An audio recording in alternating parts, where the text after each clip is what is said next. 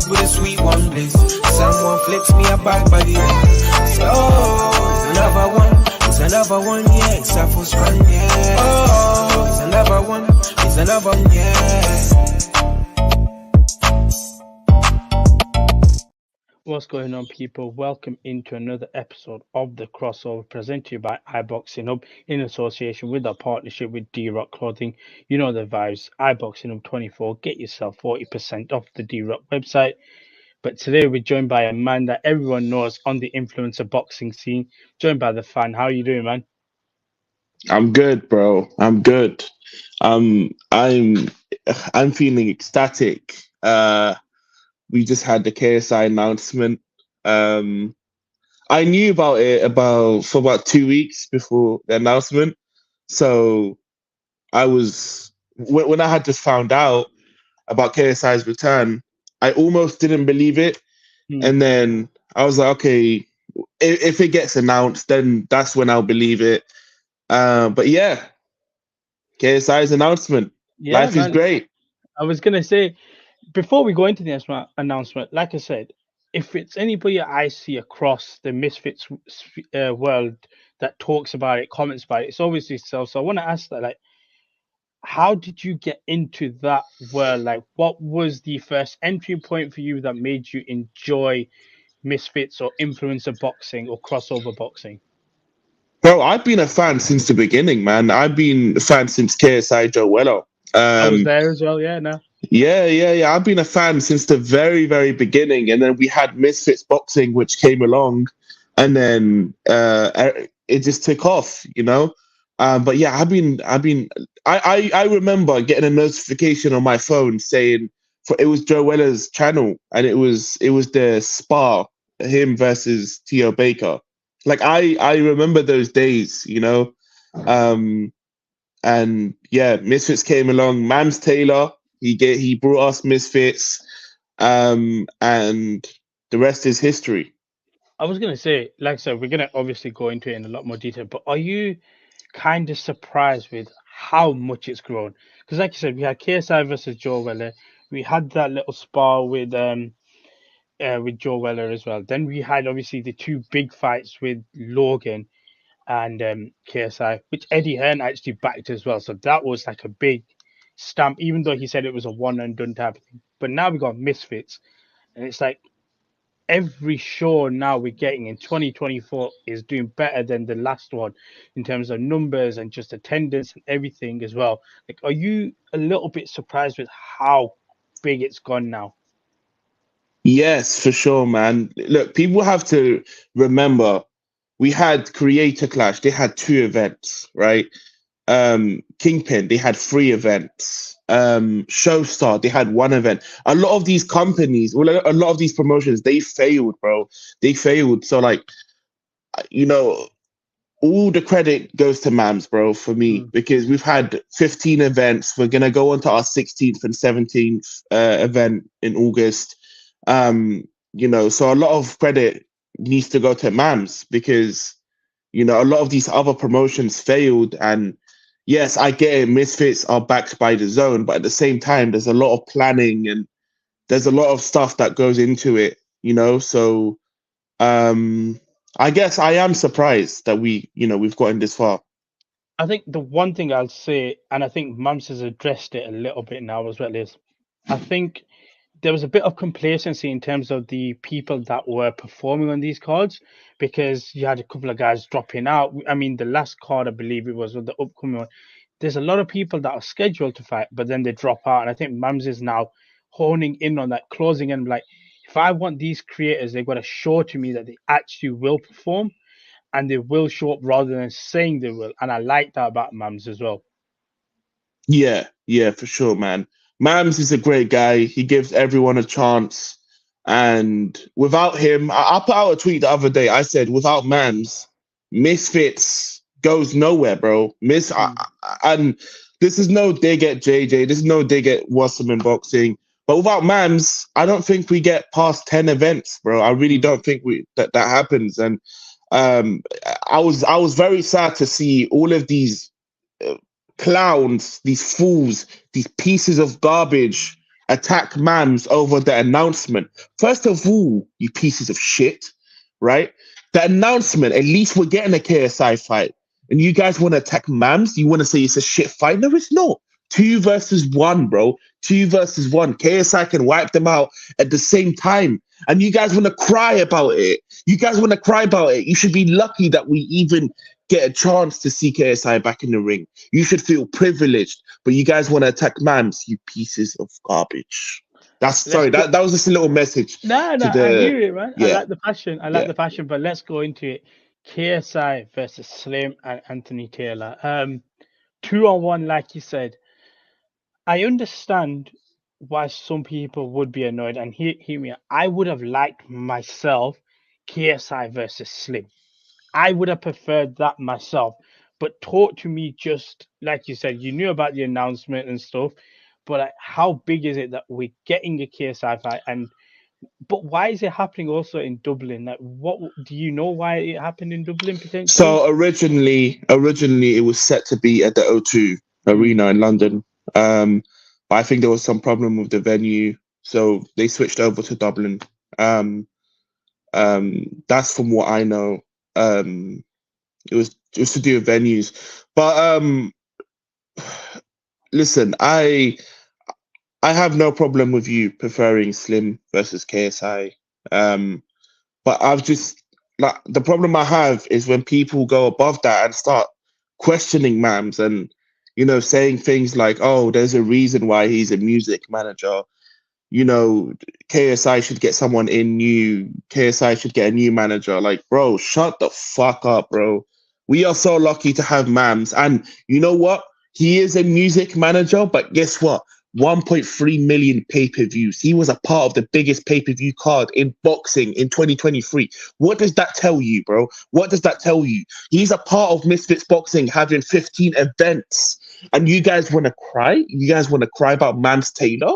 The greatest, I'm going to say it right now, the greatest boxing promoter, in my opinion, as far as I know, I could be wrong, but in my opinion, the greatest boxing promoter in history is MAMS Taylor. Hands down, bro. Hands down. The way he's grew this promotion, hands down, the greatest boxing promoter in history of the sport.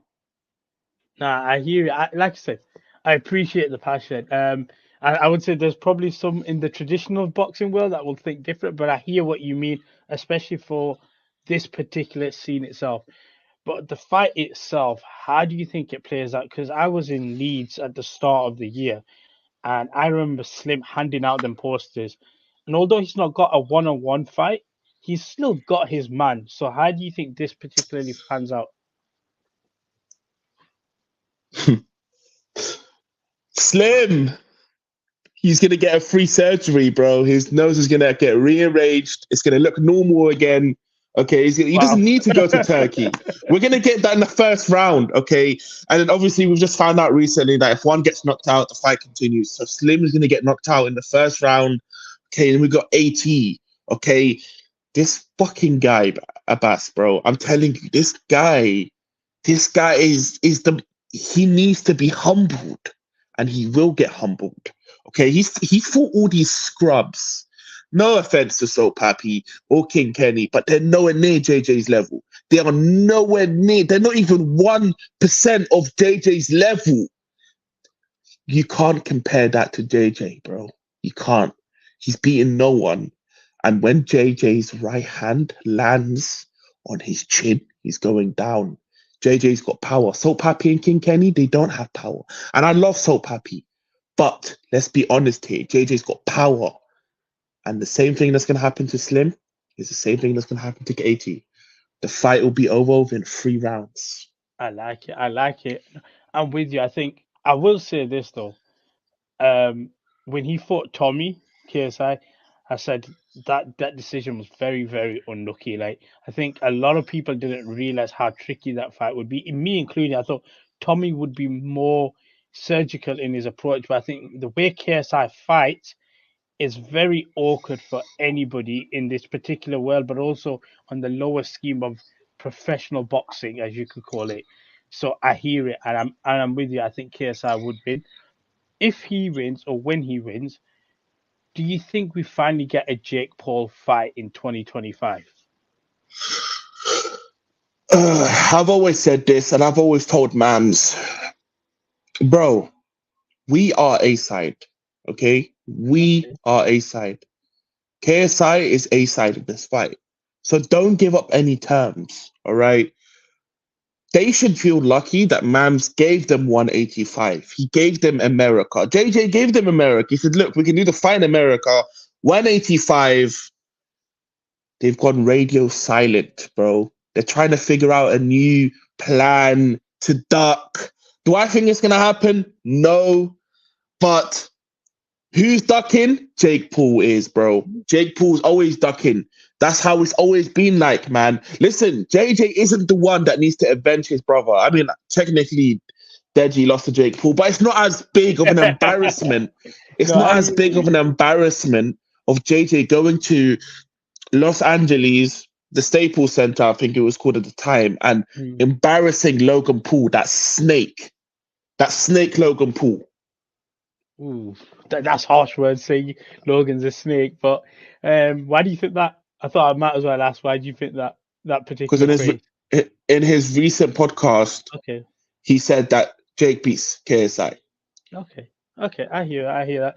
In terms of the rest of the card, it's going to be the one pay-per-view card they do each year.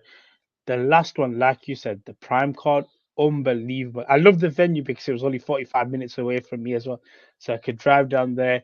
And I said this to a lot of my friends who watch traditional boxing. When I turned up to that venue at 5 p.m., I expected to be able to park in there and get in quite easily. I was parking on the top floor of an 8-story car park. The entire arena was filled within an hour and a half to 2 hours at max. Yeah. And I was like, this is a support system that you do not get in traditional boxing. And I want your feeling. Do you think we're going to get something similar like that when it comes to the Dublin card? And who else do you think we can see on the card? In terms of who we could see on the card, I think it's too soon for Deji. Okay. I think we're going to see L and Paige, the rematch. I think that will probably be the co-main. I was going to say that as a main event, that was a very fun fight and a very good fight to watch. I think Elle Brooke is very underappreciated for how good she actually is in that particular world herself. Yeah, so I think that will be the co-main. I think Danny Aarons and Bevo will be just before the co-main. I think they're going to be on the card. Yeah, I'm hoping to see Ben Williams. You know, he's pretty big in Ireland. They've got a few Irish fighters. Maybe Minx. You know, she's Irish, right? She was supposed to fight on Misfit 6 against Bangs. Okay. You know, so maybe she could make her Misfits debut. But all I'll say, bro, is people that they're gonna book tickets, bro. Book your tickets early, man, because the Prime card, I think it sold out within an hour. So quick. It was something crazy, but yeah, man. Like every Misfits event is special. You know, it's one of those. I haven't been to the American ones, but the UK ones special, bro. Special atmosphere, and it's been great every time. Every event has been great. Do you know what? It's interesting you said that, because when I speak to a few people that I've had on the show, they say the same thing. The American shows are good. The UK shows are great. And it's just something about fans here that whether it's just the fans or just everything about it is just that much better than in America. And sometimes I'm just like, I wish it was only done in the UK or we had more of a swing in the UK, but I understand why they go back and forth in terms of fights. But yeah, I'm completely with you in terms of the UK cards just seem like they are that little bit better, but I think a lot of the energy comes from the fans as well. Yeah, 100% agree with you. So are we expecting you to be out there in Dublin as well? 100%, bro. I can't miss this for JJ. I'm gonna be there, bro. I'm gonna be there, man. I'm gonna find a way. Yeah, I'm gonna be there for JJ, man. It's gonna be a special moment when he wins. I'm gonna be celebrating in the crowd, and yeah, bro. To be honest, I'm going to be nervous because the Prime card made me never trust the judges ever again, man. Like I was so broken after that fucking robbery, man. So I'm gonna be there, man. But of course, I will be nervous. I mean, he's fighting bums, but I'll be nervous just in case he gets the decision. Would you, before we wrap up with my final couple of questions, would you like to see him maybe fight Tommy more than Jake? If he had the option to pick one or either, would you want him to fight Tommy or would you like to fight Jake if it was up to you? Tommy is boring, bro. He doesn't promote. Thank you. He lives off his last name. He lives off his brother's name. And the way he's gone about it after the KSI fight is disgusting because you've robbed a man. You've robbed a man and you haven't apologized. There's been no justice, bro. And I'm going to guess what? The fan is never going to stop speaking about it. All right, you delusional clowns. I see you guys in my comments saying that Tommy won, putting the gif of Tommy winning. It wasn't a win. It was a robbery. So I'm going to keep on speaking about injustice for the rest of my life. Sorry, bro. I don't want to see. No, I was Tommy going to Fury. say, when I was there, I thought JJ won as well. I want to ask you one last question there before we wrap up. Do you think any of the other sidemen would get into the ring at any point? And two, if not them, who would you like to see either in the YouTube world, TikTok, social media sphere get into the ring? Sidemen, I would say the most likely, or who I'd like to see. Yeah, who would you like to see most likely? I'd say, bro, Bazinga's not about it. I'm gonna be honest. He's just making excuses. I'd say Toby, man. He's my other than JJ, he's my favorite sideman. Are there any fighters that you look at, just like the YouTube world, that you think, okay, they could potentially make their way out in there as well? That's an interesting question. Bro, I remember just to see him get his face punched in. It's got to be Jack Doherty, right? Okay. Yeah. I think I saw the clip with him. I think it was with Nunes recently where he walks by and he's like, yeah, who's this guy? Let me take a picture and stuff like that. So I said that'd be interesting. That'd be super interesting. No? Would you ever get in the ring if you got asked? Bro, right now I'm chill, bro. If I get an offer to get in the ring, I've always said I would only box on Misfits. I'll only ever box on Misfits. So if I ever get an offer, I'm down, and I'm down to fight anyone on Misfits, man. Literally anyone. I don't care. Nah, I hear it, man. I'd be the same if I got the shot. You best believe I'll be in training camp after this podcast. Yeah, bro. To be in there, man. Listen, bro, we're gonna quickly wrap this up. Obviously, you're out in Morocco enjoying the vibes as well. So obviously, I'll let you get back to that. I know the sun is blaring down there as well. Obviously, as always, man, I appreciate you for jumping on. We'll be talking appreciate you, bro. Back and forth in the DM, so we finally got it going. I'm hoping to also be out there in Dublin. So when I'm out there, I'll hopefully catch you soon. But any final words? Bro, I just want to say I love KSI, Buy Prime, I love MAMS Taylor. And yeah, Misfit 16. Don't forget that one, guys. The non-pay-per-view before the KSI pay-per-view. I'm looking forward to it. Guys, another episode of the crossover. As always, you know the vibes. We have multiple content coming out throughout the entire week. Like, share, subscribe. Hit up a D-Rock Clothing or sponsor iBoxingHub 24. Get yourself 40% off. Until next time, love and peace, guys.